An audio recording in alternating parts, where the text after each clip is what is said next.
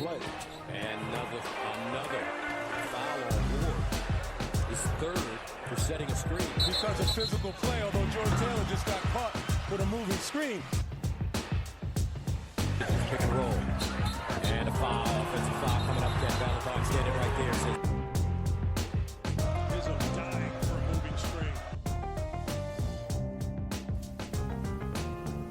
Hello, everybody, and welcome back to another edition of the Moving Screen Podcast. I'm Brendan Quinn of The Athletic, here with Dylan Burkhart of UM Hoops. And Dylan, it is secret scrimmage season, which has me wondering, if a game is played but no one can see it, can there still be takes? Everyone can be either equally excited, equally distraught. You can just make your own adventure here. This is the beauty of secret scrimmage season. Never seen more situations where one team has won, one team has lost, but it really didn't matter. This is where we're at. Let's draw some conclusions, though. That's why we're here. This is the last week where we can't watch live basketball. Yes. We'll get some BTN Plus specials next week. Oh, baby, with the student broadcast. Let's go. Student broadcast. It's time. So this is the last time we can just make completely baseless conclusions about basketball that may or may not have happened. So today is October 21st for anyone following along. This is I would say Michigan State-centric episode. We're going to talk a little secret scrimmage versus Gonzaga. We're going to talk some media day stuff. And then on the back end, for anyone interested, we're going to do a little KenPom discussion on the new KenPom ratings, which were updated this weekend, which is a annual holiday for all the nerds out there. Right, Dylan? I'm looking at you. You were the one celebrating it at 5:30 in the morning, so you can't even talk right now. I don't want to hear this slander. I got some weird sleep patterns in. That was a nice surprise. I woke up at like 5:30 a.m. on Sunday. Just one of those, when you just wake up and you're just like, try to go back to sleep immediately, and you're like, oh shit, no, go back to sleep, It was too late. So did you pull up KenPom to just peruse yourself? No, or did you see a tweet unveiling the rankings? I saw someone else on Twitter say KenPom was updated, and I rushed to the rankings from bed, and there it was, waiting for me.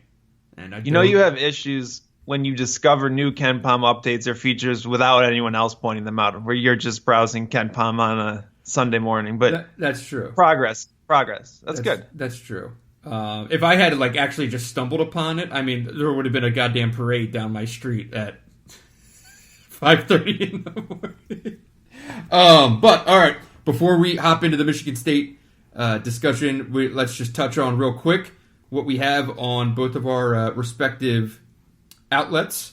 Dylan, so it was a big week for Michigan with Isaiah Todd's commitment and some media day action last Thursday. What do you have that's fresh and new on the site, and what's coming?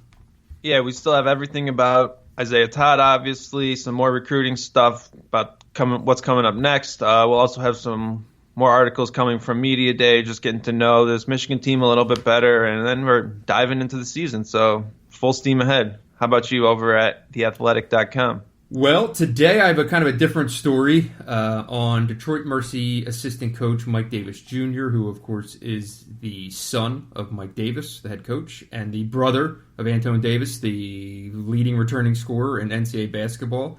In a family of very interesting characters, Mike has had a summer unlike many other. He is 34 years old and suffered a stroke in May or June, and we talked about it last week. They invited me out there and sat in on a practice at Detroit Mercy and talked to Mike Jr. about the summer, what happened, what he thought about it. It's interesting. He's a 34-year-old guy, unmarried, no kids, and kind of coming to, wrestling some big time thoughts in his mind, and kind of highlighted some aspects of his relationship with his father. And there was just a lot going on there. I hope everyone finds it pretty interesting. I know I did. So that's up today. Had a previous story about Isaiah Todd and how Juwan Howard was recruited, and kind of tied those two things together. And then this week, we'll have a little Franz Wagner for the folks on Tuesday, and a little Gabe Brown for the folks on Wednesday. So look for those stories coming. And, of course, if you support this podcast, if you like what we do here, the best way to keep it going is by subscribing to both Hoops and The Athletic. We appreciate it greatly. So, all that said, let's get into the good stuff. Dylan, when you saw the score of Gonzaga and Michigan State's super secret scrimmage published on the Twitter the other day, what was your first reaction? Tom Izzo has him just where he wants him. There you go. I feel like it's exactly kind of the groundwork to lay the idea of we're not shit. We haven't done anything yet. We're a new team, right? Mm-hmm. I mean, I think that is kind of right in line with what I would expect at this time of the season and what a coach would really want, right? Like, you have a team coming off a Final Four. You have a team preseason number 1. You don't want everyone going into the season fat and happy. So yes. Getting punked a little bit, not a bad situation in a game that means absolutely nothing. Couldn't agree more. Always nice for a really good team to be reminded that shit don't stink a little bit, right? I feel like this weekend was probably the perfect for the coaching staff there. They probably got a lot of good stuff on tape and much to discuss here. So, and the best way to learn that lesson is in a game that means absolutely nothing and no one can see. Absolutely. So I was able to cobble together some information. That story's up on The Athletic.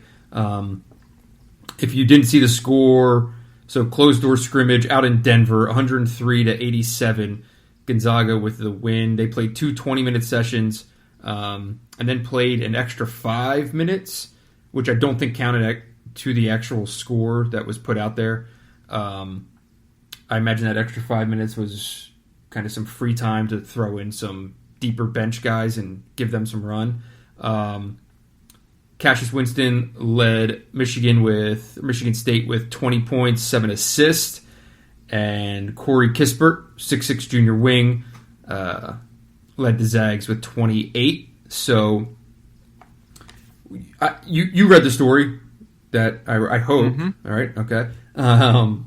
There were some numbers in there. We don't have a full box score. Both, from what I've been told, both staffs agreed to not release a full box score to the public. So unless one emerges from the deep web, we don't have a full picture of what happened out there on Saturday. But there's some bits and pieces. So you read through the story. What kind of jumped out to you? Instead of me just rattling off everything in there, why don't we just talk about what kind of jumped out to you? First thing, just right off the page, is Josh Langford didn't play. Correct. Which Makes sense. Is newsworthy, makes sense, but also speaks to the fact that it's going to be a process if he's not playing in a secret scrimmage the week before the season starts or 2 weeks before the season starts for him to be full go early in the year, I would think. Yep. Maybe it's just a precaution, but we'll see. You would think that if he were good enough to go, full confidence, and this is just me, I'm speaking hypothetically, I've not been told anything about why Josh did or didn't play. But you would think if he were ripping and tearing through practice and looking game ready, that they would put him out there to at least break his sweat and get some game reps, no? Yeah, I would think so. And it's one thing if you said he played 15 minutes or was on like a minutes limit, but just not playing at all seems at least notable to me. And I think the lineup that did start, obviously it's just a scrimmage, but it seemed a bit surprising because you wrote that it was Cassius Winston, Kyle Arns, Aaron Henry, Marcus Bingham, and Xavier Tillman. That's only 3 out of 5 if I would have guessed the starting lineup before the game, right? That's not who I would have predicted necessarily, and maybe I'm just way off base, but did that come as a surprise to you? Yeah, I mean, the thing with, obviously, 3 are set, but the interesting thing about Arns is if Langford isn't starting, then who? At the off-guard spot. Logic would say the best option is probably Rocket Watts. But is Tom Izzo going to throw a freshman starter out there, or go with the reliable? I think Kyle Lawrence is in his 8th year at Michigan State. Wouldn't you rather kind of let that veteran go out there, because what are you going to do against Kentucky? Do you have a fresh, if Josh Langford is not starting or is not playing, do you have a freshman walk on the floor at Madison Square Garden against number 2 or 3 Kentucky on the first day of the year? That would be a lot. So go with the reliable. I mean, yeah, Kyle Lawrence, he won't hurt you. So it makes sense to just throw him in there. But yeah, I was a little bit surprised. Do you have any thoughts on that before I move on to Bingham? Well, it kind of speaks to something we've talked a lot about, how deep Michigan State is, especially kind of in those 3-4 spots, right? Yeah. All the bodies. But if you're not going to trust Rocket Watts and Josh Langford isn't 100%, I don't think it's a matter of not trusting Rocket Watts. I think it's a matter of he's a freshman who missed the first 6 weeks of camp. Yeah, I just think if this is going to be the situation where Langford is limited or misses any time, any projection of Michigan State as a team that's going to go deep, I think, relies on having a do there, and that guy's supposed to be Rocket Watts. So I think you went on to say Watts played very well in the scrimmage. So I would think that that's probably just a matter of time before that might change the situation, right? I can see what you're saying about just bringing him along slowly. Yeah, makes sense. I was told he did play well. He brings a different gear to the team and a very different look. I think he's one of those guys,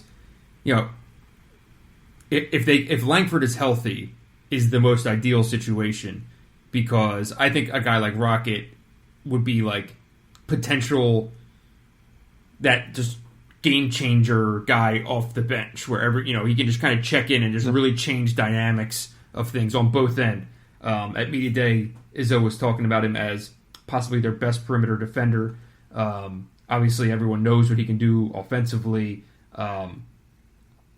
So, yeah, bring him along slowly. The other thing is, I do think Gabe Brown can give you minutes at the 2. Probably, I think maybe a little bit right now, and I think even more down the line as the season progresses. So I agree with you. Like, say something, say something's bad with Josh, and that would suck, obviously, for him and State. But if you're just looking long term at the 2 spot and depth and kind of things that could bring the team down from its expectations, I would think that if there were more of a hole at the 2, you would just see Gabe slide more there, assume that you're fine at the 3 and 4 and let him just focus on that spot, because right now he's doing all 3. Yeah, and I think you also have a lot of flexibility with Aaron Henry at the 3, because he can guard really the best player at 2, 3, 4, depending on who he's on the court with, right? Yeah, and they can all switch. Yep. Were you surprised to see Bingham at the 4? I was. But I think a lot of it is trying to give the injection of confidence, maybe. Give the guy a shot. All the raw potential is there. And if you can have a 6'11" 4-man, would be a pretty nice luxury to have all that length, both protecting the rim and on the glass. But, I still think Thomas Kithier is probably the most day one, I don't know if ready is the right word, but like able-bodied 4-man that they have. He's played minutes in big games in the way that other guys on the roster haven't really at that spot. Bingham has the highest ceiling, and then Malik Hall might be the quasi-safest bet. The more I think about it, do you think that this MSU team is different by a degree from previous MSU teams by a larger degree than we would have thought earlier in the summer? In what way? I think I just am reading through your thing, and they got beat up inside. I feel like this roster almost needs to play small, which isn't really the common thread for Michigan State, right? Do you see that at all with kind of just like reading through a team beat them up inside, but they have this ball screen game, they have these stretch fours. Right. They have these. Yeah, they don't have a real dominant inside force. Yeah, they have more length than size, Yeah. And the interesting thing about how Gonzaga can kind of maybe lead to some false conclusions is that Gonzaga is freaking huge.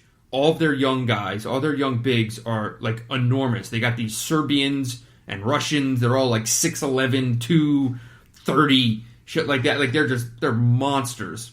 And anyone who watches Gonzaga, their screening actions are very different. Their ball screen stuff is very different.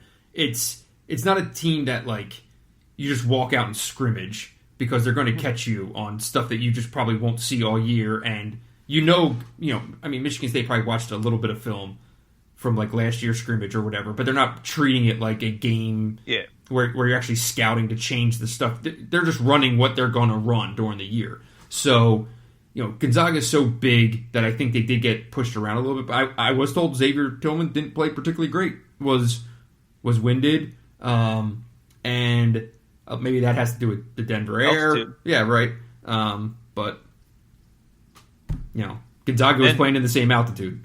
Gonzaga this game was in the hundreds. It was so it must have been a fast-paced game. I think last year we had some kind of stats, and we also pointed out that it was some crazy-paced game, like faster than any game Michigan State would play all year. And if this game, maybe it's because they added the 5 minutes in them, but 103-87, that's got to be a high 70s possession game, right? Yeah. In a 40-minute atmosphere. So I think Gonzaga is an exception where they play extremely fast and they are comfortable bullying anyone they come across inside, and it's kind of in their program DNA where they're going to throw it inside, they're going to test you. So that is definitely probably why Michigan State wants to scrimmage a team like that also, though. And I know it wasn't a 3-point barrage from either team. Like, neither went out and was filling it up on threes.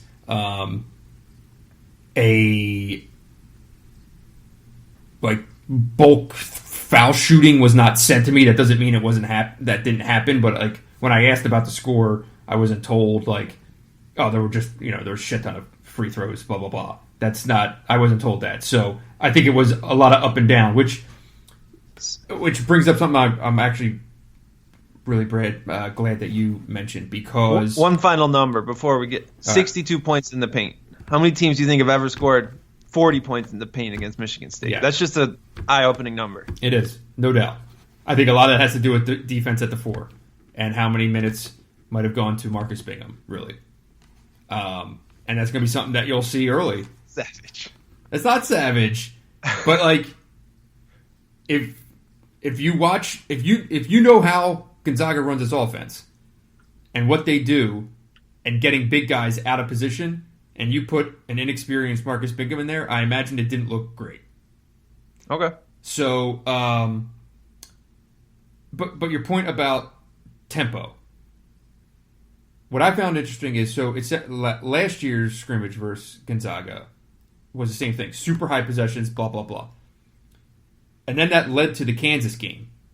It was an 85 possession game, which matched Michigan State's highest of the year. They had 85 in the Green Bay game when they scored 104 points. But the second closest was 83 possessions, and that was the second game of the year against Florida Gulf Coast. At that point early on last year, like, Michigan State was flying up and down the floor. The turnovers were crazy high.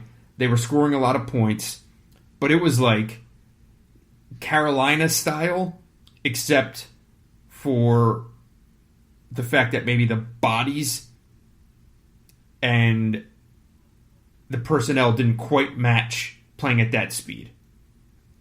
Okay. Does that make sense to you? Mm-hmm.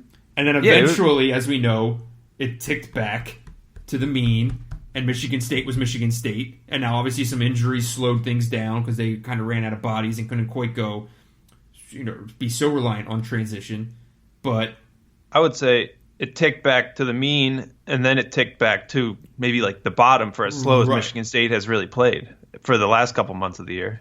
The Michigan game in the Big Ten Championship was a 60-possession game. And that was, I think, one of the rare times where we've seen either you want to say both teams content to play that pace or Michigan State even slowing the game down, right? Mm-hmm. And that's not something we'd ever really said during a Michigan State game in the past decade, where Beeline would always want to play slowly. Yeah, like I think their ideal was like the Duke game. It was a 68 possession game. They scored 68 points against a really, really good team. They outscored Duke in transition, but then at the same time kept their turnovers down and was very much in control of the game, right? The bottom is Texas Tech. It was a 60 possession game, and they're obviously in the meat grinder. It was a totally different story. I mean, Texas Tech. Everyone's bottom last year was against Texas Tech. It's such an outlier, but like 85 is way too high. I feel like. What do you think? Let's just take the Kentucky game. Michigan State. Do they want to get up and down and run with? I mean, if you put these two teams in an open gym, Kentucky's team would have more highlights. They would have more of all that, right? Like, where's Michigan State gaining an advantage over this young, athletic Kentucky team? It's probably in the half court. Yeah.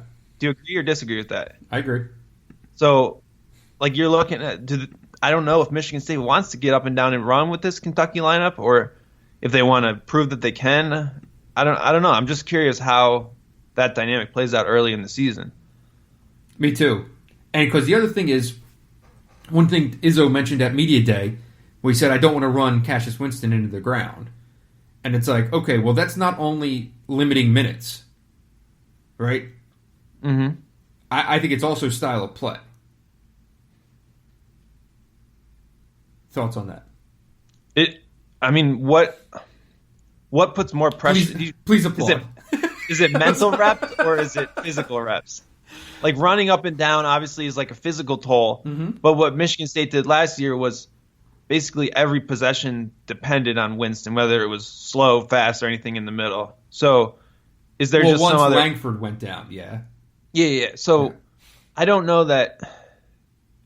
I think running almost helps Winston because he's passing to other people who are using possessions, right? Mm-hmm. It helps them move the ball. You're really just pounding it through him when you're just saying, all right, half court, we're going to run some action, then we're going to run 5 ball screens in the last 15 seconds of the possession, and you're going to make a play. Right? Like, those are the more taxing reps for him, right? Yes. And real quick, actually, on that point, something about this game on Saturday is that I was told Michigan State kind of focused on trying to do everything other than just give the ball to Winston, throw ball screens, and just do all the stuff that we saw for the last, 6 weeks of last season. It was very much, let's see what else there is and give guys. And I don't know what that, I don't know if that was Aaron Henry and ball screens. I don't know if that was more pure post touches for a Xavier Tillman. You know what I mean? But I do know that they didn't just kind of feed that beast that they know that they already have. So that's as kind of an aside. But yeah, when it comes to this year, what's always interesting about Izzo is this is the time of year where he talks about, I want to go faster, I want to go faster, I want to go faster. He told me in the summer, I want to be Carolina. He's talking right now, I want to be faster than we were last year, and now we have the bodies. If you look at it, even without Langford, Michigan State has like 11 bodies that they can roll out there. If you go and see a practice, there's like 18 dudes on the court where like they almost need a different shade of jersey to like differentiate like a third team at this point. And I do think, especially in, once you get past that Kentucky game and you get into your Binghamton and your Charleston Southern, run out of the gym. Absolutely. It's going to be 11 guys all playing 10 minutes or more, and they're just going to score 110 points. And I think there's not a very deep crop of kind of like mature half-court scorers, where in the half-court you are going to rely on Winston, but you have all the sorts of bodies that can run up and down the wings and finish in transition. So by playing faster, I think it does kind of help you unlock some of those players who you might not be dialing up action for in the half court, but can run, jump, finish, play on the break. We've seen Michigan State have one of the best transition offenses in the country year after year. So that makes complete sense. Yeah, last year in the Kansas game, 1, 2, 3, 4, 5, 6, 7, 8 guys played 9 minutes or more. But it was bulk minutes for your main guys. 34 minutes for McQuaid, 34 minutes for Winston, 33 minutes for Kenny, 29 minutes for Langford, 26 minutes for Ward, 15 minutes Henry, 13 minutes Tillman, 9 minutes Kyle Arns. I would imagine this year's Kentucky game looking similar. And then them kind of unloading the whole lineup. So you think, how many players do you think against Kentucky play 29 minutes or more?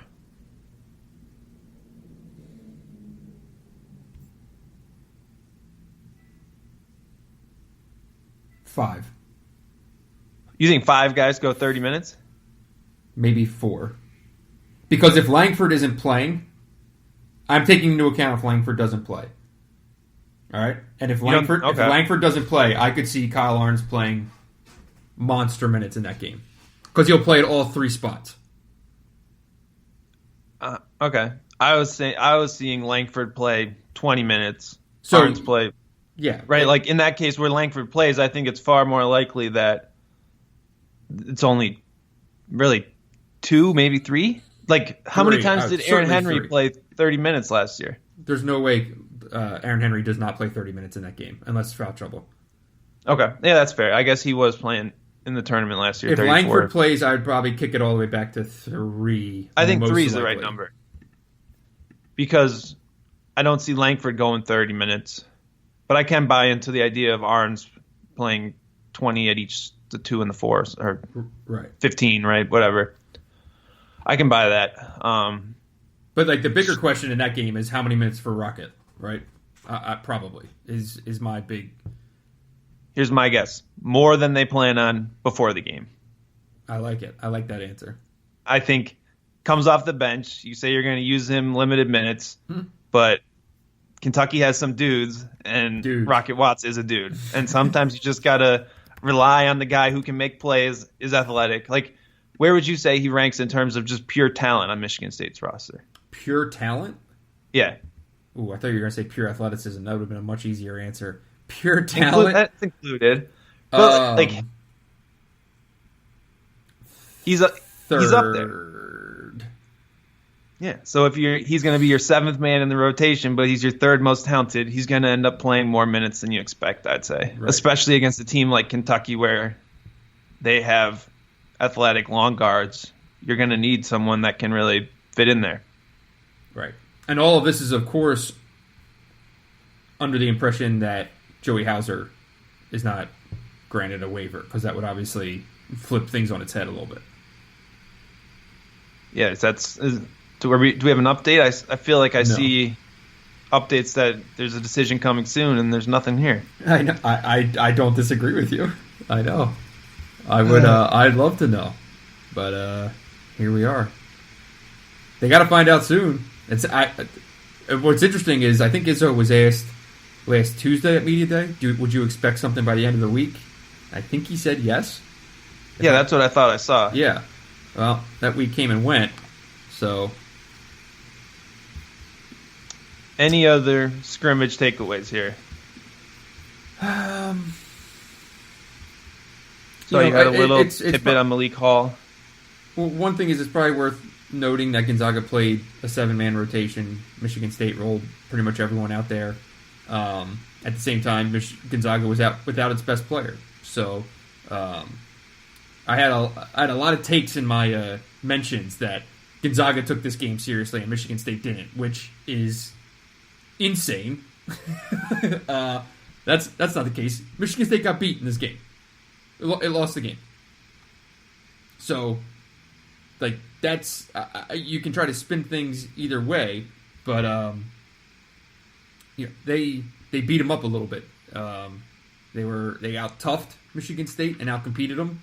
That's not me talking. That's someone who was there. So, you're talking about a team that lost 4 of its 5 best players from a 33-win team and beat Michigan State. So, try to spin it any way you want, but that's the reality of the matter. So, I don't think that means anything directly affecting the season. I know I'm a little bit more curious to see this Kentucky game. I'll tell you that much. If the score was reversed in this game, I would have said, yeah, exactly. Now they're going to go pound on Kentucky. So I think that's going to be a game. You kind of discounted it in a recent pod about Michigan State's chances of losing. You basically put them next to 0, which I still think Michigan State wins that game. That's fine, but I think it's a game. I don't know that Kentucky, if you're going to start Kyle Arns and Marcus Bingham, I don't know if Kentucky's going into that game intimidated by the consensus #1 team in the country. That's the weird part about Michigan State is they don't have maybe a airport All-American team right now when they walk in the gym. Right. It might develop into that point, and maybe that's just how the rotation is now, which is what I would bet on. But a lot of where Michigan State created an edge last year was in their discipline as a team and all of that, which is going to take some time, it seems like, if they're kind of giving up 100 points in a scrimmage. No, I agree. And Kentucky is Kentucky. Like, it's going to be a bunch of big, long NBA dudes, except they're a little bit older. So it's Kentucky in terms of some bodies, but it's not Kentucky in terms of, like, this is their first game of the year and it's 5 freshmen playing their first game. They have a lot of sophomores. They have a grad transfer from Bucknell who's going to contribute. So they've got older dudes and also the #2 ranked recruiting class in the country. So might be decent. It should be a good game. A game. Yeah. In terms of extra takeaways from this thing, not really. I mean, you know, we're putting this entire conversation based on secondhand information. So, you know, there's only so many conclusions that can be drawn. I would definitely say it's not a reason to freak out. But I'll be curious to watch that Albion scrimmage. I'm most curious about minutes and roster right now. Because I think the long-term potential of this team is not in doubt to me. Everything right now, I have question marks and blah, blah, blah, blah. But when it comes to what this thing looks like, late February into March, possibly into April, as long as they stay healthy, I think this is a team that is, without a doubt, in the top 4 of the conversation. So, you know what I mean? Like, we can sit here and dissect it as much as we want right now, but they have the best point guard in the country. They have one of the best top bigs in the country. They have an NBA wing, and they have a lot of other bodies that can do a lot of good things. It's a team that I think, as much as any, you would project to play in the last weekend of the year. Yeah, my issue is that for a number of reasons that we basically have talked about, I don't think that Michigan State will be playing its best players until later in the season. Sure. Whether it's Langford's injury, youth, inexperience, I think to get to that right combination might take a little time. Yes, and that happens. Yeah, that's natural based on the team, but the best teams have a better combination on the horizon that they could potentially get to, right? Yeah. A lot of teams, you're stuck playing who you're playing in day one. Don't get me wrong, this doesn't mean we can't throw out wild takes all throughout November and claim that the sky's fallen, because we will. Or that the sky is, there is no sky, we're through the roof. Ceiling is the roof. Let's go. Ceiling is the roof. Okay. Oh, boy. You want to get into anything from Media Day? Are we getting into KenPom's stuff? Where are we at here? I don't know what we're at time. Media Day was slightly boring. It's kind of one of those deals when most of your players are absolute commodity or known commodities, I should say. Sorry. Just going through notes. Yeah, I mean, there's nothing jumped out. I will say it was my first extended sit-down conversation with Malik Hall, and that is a sharp young dude. I think he's going to be very well liked by the fans. Great talker, really sharp. I look forward to kind of dealing with him more and more as the process goes on, of him kind of developing into a role and having a real voice in that program. I was very impressed by him. You've been all in on Malik Hall for a while here. I sure have. There was some good stuff from Gabe Brown, but that's going to be in my story on Wednesday, talking about his off-season workload and what he took on. But it sounds like he's working on his skill set to play professionally as a two, a wing, whatever, but is right now trying to follow the lead of Xavier Tillman defensively. And obviously that doesn't mean that he's going to play the 5, but I think it's more how Xavier reads opposing offenses, sees the game, is locked in defensively on every possession, right? He takes it seriously every time down. He's trying to emulate Xavier, which I was kind of impressed by. I was like, that was a pretty heady thing to say, Yeah, I would say Watts and Brown are probably two of the biggest kind of X factors on this team if you're trying to put together a ceiling case. Yeah. Out of Media Day, I wrote a piece about Michigan State trying to marry the up-tempo stuff that you saw in the beginning of the year with the ball screen reliant stuff that we saw at the end of the year with, just Cassius Winston, ball dominant, probably had the ball in his hands 85% of the time. Trying to find a middle ground there. Because two things. One, I think as we've said on the pod, Matt McQuaid and Kenny Goins are being probably way undervalued in terms of what their departures mean, of what you're going to see from this team early on. There's going to be a lot of times where people are saying, why don't they look right? And it's going to be, that's right, because the two seniors who played like 36 minutes a game and all the games that mattered aren't there anymore. So in the half-court stuff, talking to Cassius a little bit about it and some of the things that they were able to do when they were really good down the stretch last year when those guys just knew how to work off of each other. And there were a lot of sets. I remember Dane Fife telling me down the stretch last year when they were really kind of just dissecting teams in the half-court. And he said, with Cassius right now, we're so good at disguising certain things in ball screens where you think a set is for Cassius to create something, and all the while it's actually trying to dial up a shot for McQuaid or for Kenny Goins. And like that's stuff that you're not just going to snap your fingers and be able to do week 1 in November.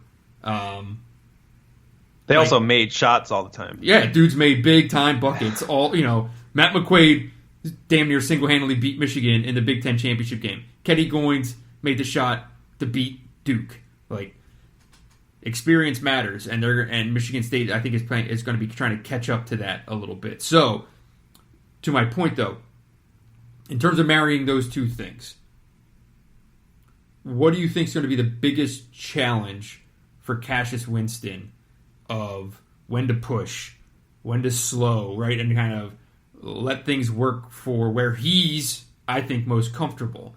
How do you see that playing out? I don't see it as a huge issue for Cassius in the sense that he's great in transition. That's not a problem. More transition is just like free money. Like you can just go after as much of that as you can because you can always get into your half court stuff. My question is there something else in the half court when things break down, or is it more along the lines of just kind of running through Cassius again, right? Like that doesn't really fall on Cassius. Cassius is great to play off the ball. He's great to play on the ball. So he can work regardless, right? I don't see that as an issue at all. I don't know who is that number 2 in the half court, though. Who do you throw the ball to if you need a basket if it's not Cassius Winston? I think it's still TBD. Yeah.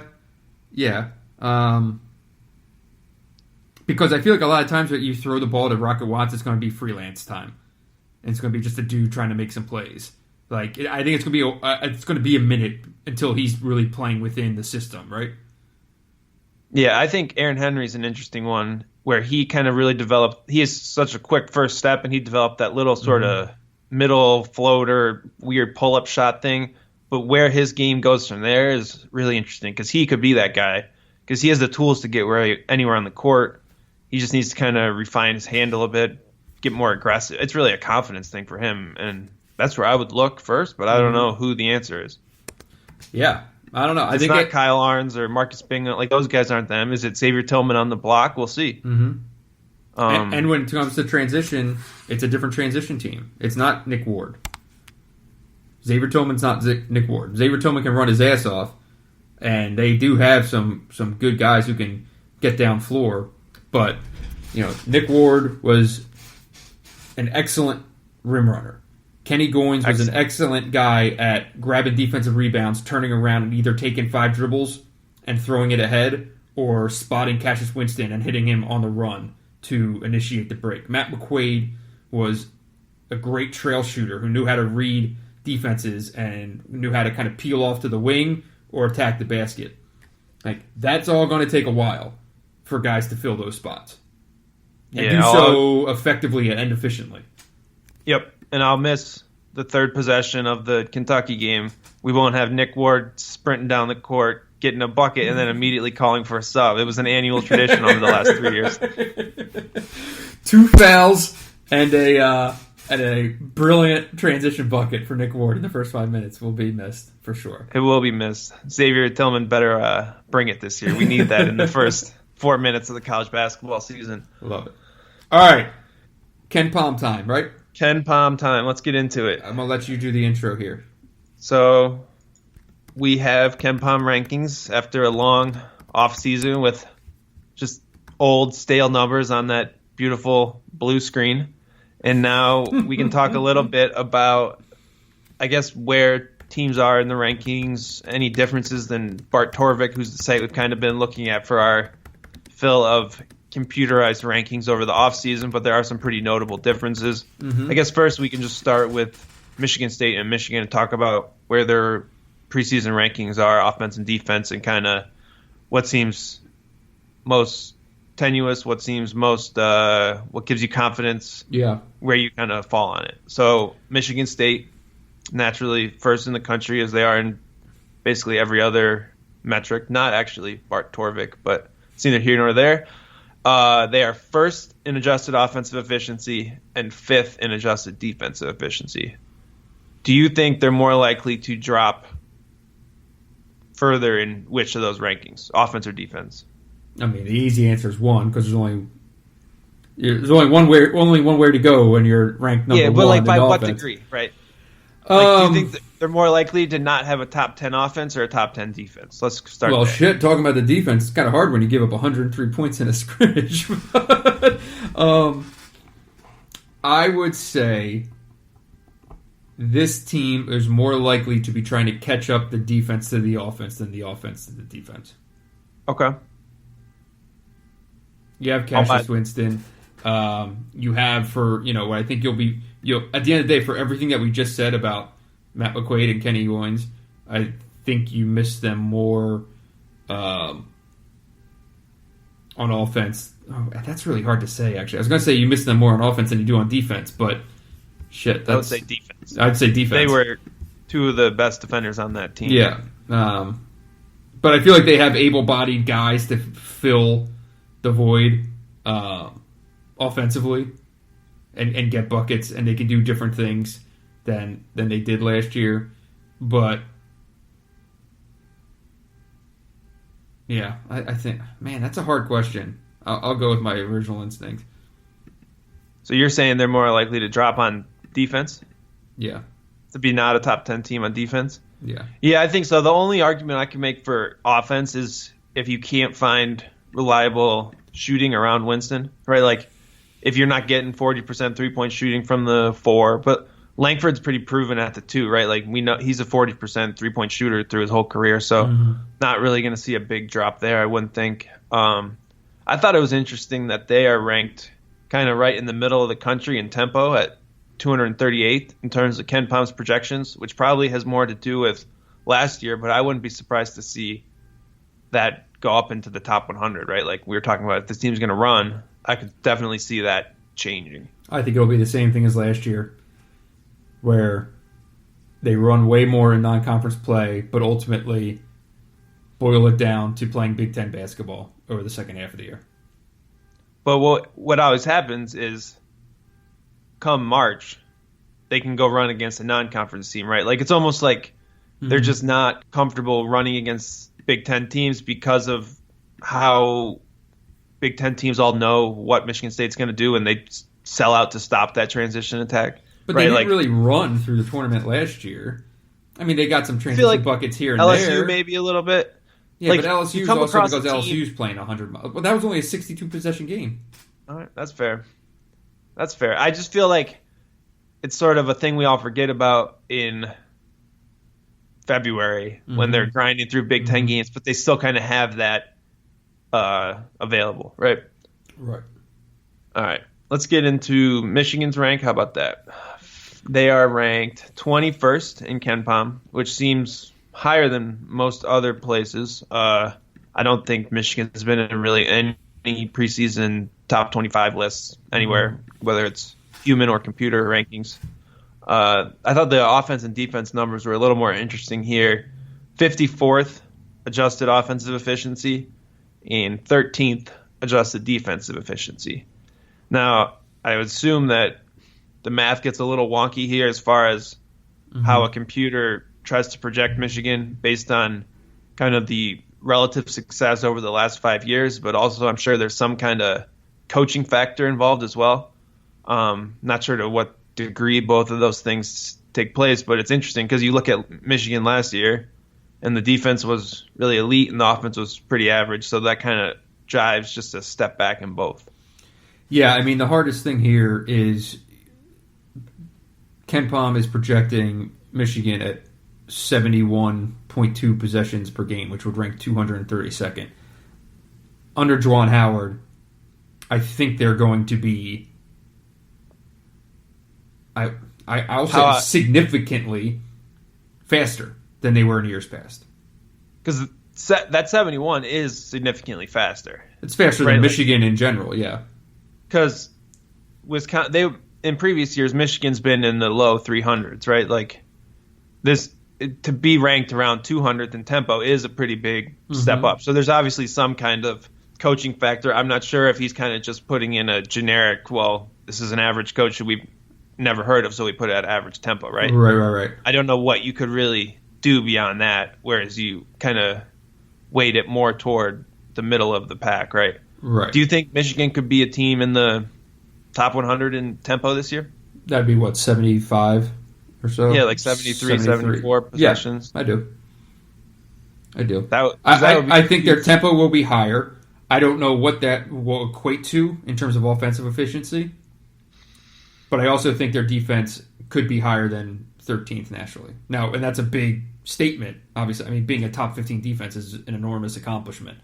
But I do think they could maintain being a top 15 defense. That's going to be really hard without Charles Matthews. A guy like Isaiah Livers is going to need to probably prove himself to be like a top 10 defender in the conference. But I think it's possible. Yeah, I think that 13 sounds just about right for adjusted defensive efficiency. I think Livers as a defending threes is a huge question mark.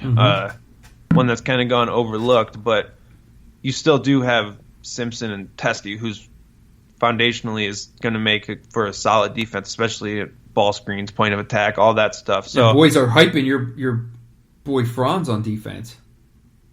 Length, turnovers, I can see it. I don't know that he's going to fix the problem of who on Michigan's roster guards a 6'4" combo guard who can get downhill. I don't see that guy, and that was Charles Matthews last year. Right. Like, he would basically take the best perimeter attacker out of the opposing rotation and render him useless. I don't see someone with that ability on Michigan's roster right now. Agreed. I see some solid defenders, but we also don't know how that fits into scheme and whatever else. So Michigan has one of the larger gaps, though, between their offensive efficiency projection and defensive, right? Like looking at 40 spots, which is more than basically any top 7 team in the Big Ten. Right. And you would say if they are a higher tempo team, then projecting the defense to also be top 10 nationally is probably a big ask.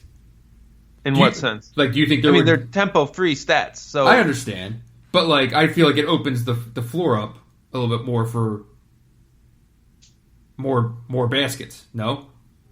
I understand it's tempo free, but if your tempo is producing better offensive possessions for the opposing team and more potential transition baskets, yeah. So the questions there is a correlation. Yeah, the questions would be last year, Michigan, or really in general, Michigan was one of the best teams in the country at not turning the ball over. Mm-hmm. If you run more often, does your turnover rate tick up? Live ball turnovers are basically the most difficult possessions to defend on the other end.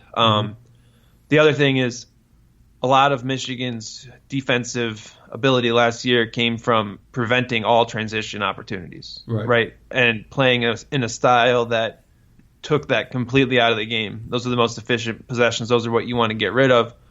But it's going to be hard. If Michigan's really going to be top 100 tempo, I assume other teams are going to play in transition more. I don't know if it's really physically possible to run at the level people are talking about running and then still playing defense slowly. Right. And I don't know. That's what I mean. Yeah. It could be possible. But it comes down to more things like, is your offense turning the ball over? Are you crashing the offensive glass? If you do those things, your transition defense is going to suffer. Mm-hmm. And that was really the secret sauce to Michigan's defense last year, was preventing transition, preventing three-point attempts. We really don't know how this team will do it, either of those things, or how important we they are. have no idea what Michigan's going to look like whatsoever. So, what was, of all these numbers on the KenPom, what's the number that jumped out to you the most? Let's see if this matches up. I'll go with Illinois. A little rain on the Brett Underwood breakout parade here, with they're 22 spots lower in KenPom, down at 35, which I guess is still probably more realistic to where I'd have them.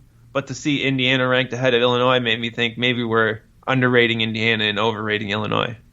See, the thing that jumped out to me, you want to talk about rain on a parade, mine would be the hurricane that just blew across some expectations for Maryland, being projected to finish 11-9 in the Big Ten.